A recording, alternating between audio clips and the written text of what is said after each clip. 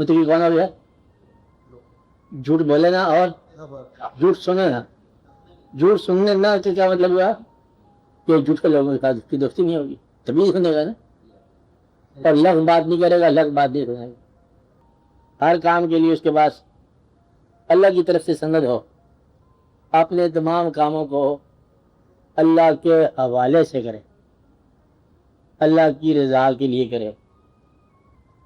باقی سب سے پہلے قرآن پاک نے جو بات آپ کو بتائی ہے وہ متقی کی تعریف بتائی ہے, یعنی کہ جو ایمان رکھتے ہوں بغیر مشاہدے کی, دیکھے بغیر ایمان لے آئے. یہ بڑی بات ہے نا, ایک تو ایمان لانا ہے سامنے پہ, ایک دیکھے بغیر, اور نماز قائم کرے اس بات سے بے نیاز ہو کے تب نماز کا کوئی فوری فائدہ ہو رہا ہے کہ فوری نقصان ہو رہا ہے, کہ لوگ کیا کہہ رہے ہیں, کہ ہم کیا کریں, اور جو کچھ سامنے ان کو دیا ہے رزق کی شکل میں اس میں سے خرچ کریں.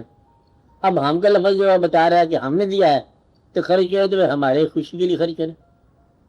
اور وہ لوگ ایمان لاتے ہیں اس بات پر جو آپ پر نازل ہوا, علم, عرفان, قرآن, اور جو کچھ بھی آپ سے پہلے اللہ کی طرف سے پیغمبروں پر نازل ہوا, صحیفے, کتاب نازل ہونے والی. یعنی کہ متقی کیا ہو رہا ہے کہ جو حضور پاک صلی اللہ علیہ وسلم نازل ہوئی بات اور وہ مان لیں, وہی کی شکل میں جو کچھ آیا مان لیں, تو کیا بحث نہ کریں.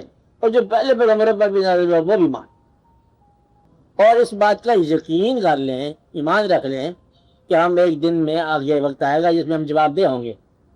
کبھی لا کہتے ہوں گے کنون, اور آپ کے پاس کو یقین ہو اور ایمان, یہ ہے متقی کی تعریف. اور وہ لوگ جو دنیا میں ٹھہرنے کے بجائے دنیا سے نکلنا زیادہ پسند کرتے ہوں, اور دنیا جو ہے یہ کافر کے لیے جنت ہے اور مومن کے لیے کیا خانہ. کافر کی جنت ہے, یعنی کہ دنیا سے اگر آپ کا اختیار ہو تو نکلنا ہی بہتر ہے. قید خانے کی تعریف کیا ہے؟ جس سے نکلنا ہی بہتر ہو, یہ قید خانے کہتے ہیں. اور جس میں ٹھہرنا پسند ہے وہ جنت کہلاتی ہے. وہ لوگ جو دنیا میں صرف ٹھہرنے چاہیں گے متقی نہیں ہو سکتے. اگر اس زندگی میں صاف سننا اور صاف بولنا آ جائے تو متقی ہو گیا انسان. اور جو کوئی اللہ کی طرف سے نازل ہو رہا ہے اس پر بحث نہ کرے تو متقی ہو گیا. جو کوئی پیغمبر پر نازل ہوا اس کو مان جائے تو متقی ہو گیا, اور نماز کو قائم کرے تو متقی ہو گیا. اللہ نے جو رزق دیا ہے وہ اللہ کی راہ میں خرچ کر دے تو متقی ہو گیا.